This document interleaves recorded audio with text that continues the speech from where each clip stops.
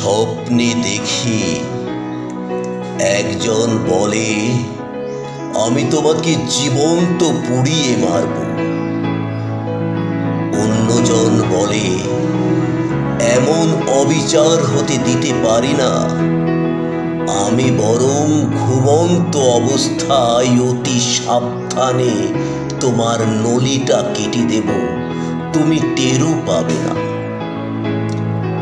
আমার কাছে তৃতীয় বিকল্প ছিল না।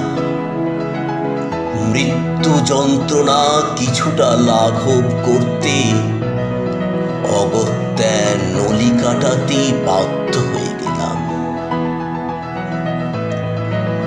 কবিতাটি লিখেছেন এস.এম. দাউদ আলী।